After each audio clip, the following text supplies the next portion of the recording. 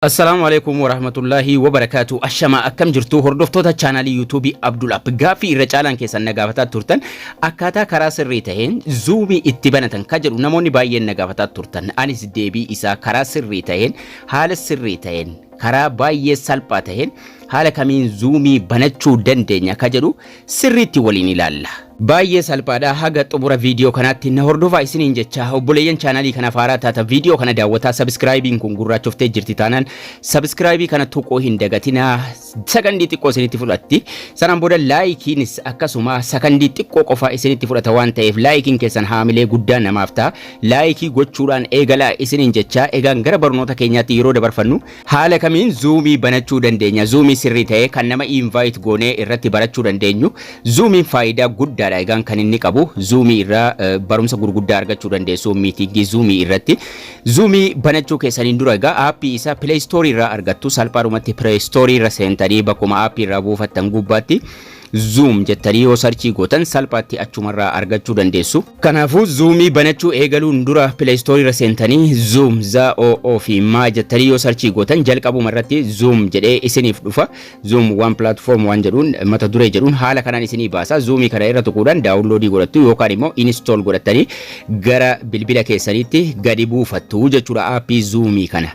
Aappii zoomii kana erga install godhattanii kaatanii immoo steepii xiqqoodhaan steepii baay'ee xiqqoo taheen zoomii banachuu dandeessu jechuudha. Namni baay'een calliftaniituma zoomii akkuma gadi buufattanii kanuma namni invite isin godhe qofarra seentu ofii keessanii invite gochuun isin rakkisaa jechuudha yoo sirriitti hin bananne. Erga buufattanii kaatanii yoo feetan asirraa open gochuudhaan banuu dandeessu yookaan immoo gidduutu wixanii bahuudhumaan aappii bilbila keessanii irra deemtanii zoomii irra tuquudhaan banuu dandeessu. Akkasuma namoonni baay'een zoomiin kun sagalee isinii banuu didee isin rakkisa. Kanaafuu karaa salphaa tahee waliin ilaalla. Yeroo zoomii kana bantaniigaan haala kanaan isiniif dhufa join meeting jedhee sign up fi sign in qaba. Sign in kadhuma yoo duraan qabaattanii garuu amma kan isin fayyadamtan sign up haaraan banachuu barbaada waan jedhu irra tuquudhaan haaraa bannaa jechuudha. Sign up kanarra tuquun gara fuula duraa deemtanii sign up gochuu eegalla yookaan immoo zoomii create godhannaa jechuudha. Accountii zoomii banannee sirriitti itti seennee waliin ilaalla. Baay'ee salphaadha. Sign up ka jedhu isa gidduu jiru irra tuqnee gara fuula duraa deemna. Bara nu gaafata verify your age nuun jedha.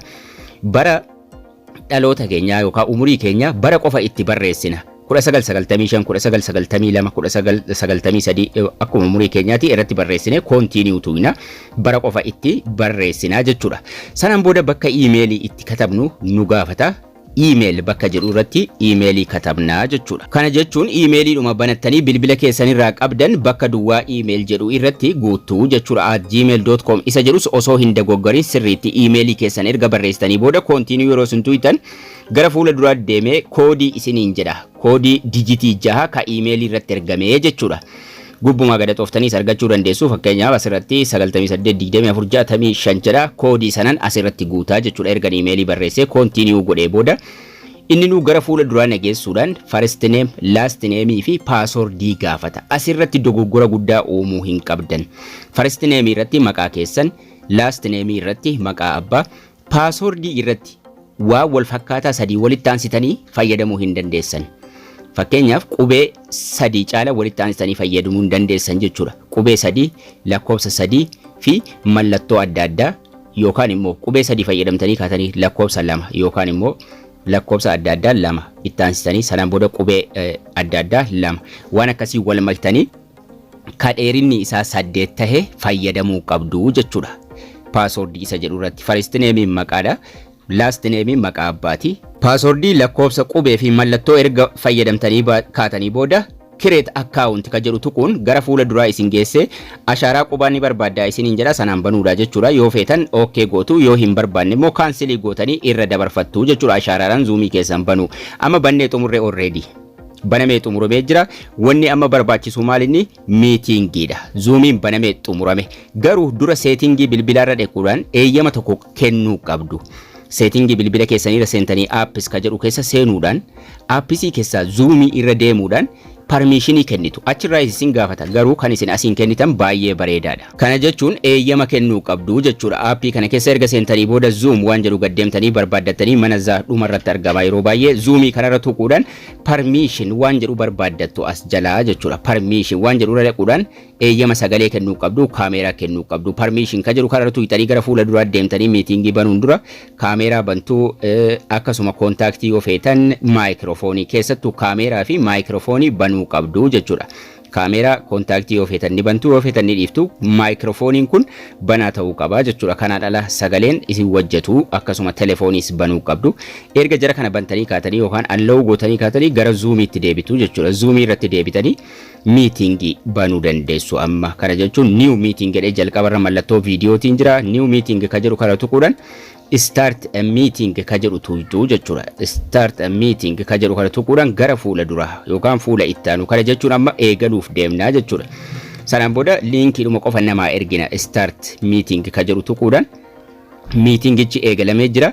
Nama dhufee isin waliin achirratti hirmaatu yookaan nama zuumii irratti waliin haasa'uu barbaadanitti liinkii ergitu jechuudha. Banamee jira garuu aawudiyoon jala sanaa mallattoo maayikiroofooniitiin yookaan mallattoo iirfooniitiin kan jirtu kanarra tuquudhaan sagalee banuu qabdu hin banamne wifi or cellular data jedha asirra yeroo isin tuqxan kallattiidhumaan banama eeyyama kennineera waan ta'eef wifi ka jedhu kanarra tuquudhaan sagaleen banameera amma yoo feetan mute gootu yoo feetan bantanii dubbattu jechuudha.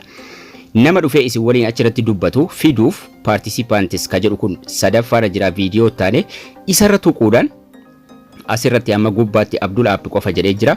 So invite ka jedhu kun jala jira. Invite ka jedhu kana tuquudhaan copy linkii goonee linkii zoomicha WhatsAppiidhaan gara barbaadanii copy invite link ka jedhu kun ni jira.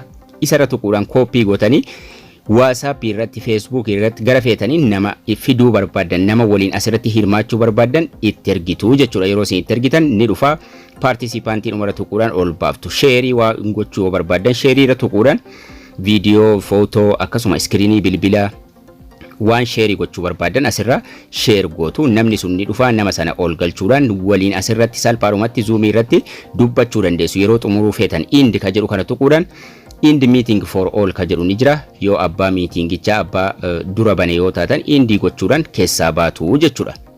So steppiin isaagaa salphumatti kana fakkaata. Haala kanaan zoomii bantanii karaa sirrii ta'e kanaan zoomii banattanii itti fayyadamuu dandeessuun isiniin jedha. Barnoonni keenyas kana fakkaata. Laayikii, sheerii hiriyoota keessaniif gochuu hin dagatinaa isiniin jecha haga barnoota kutaa ittaanu walitti deebinutti turtii gaarii nagayaan tura.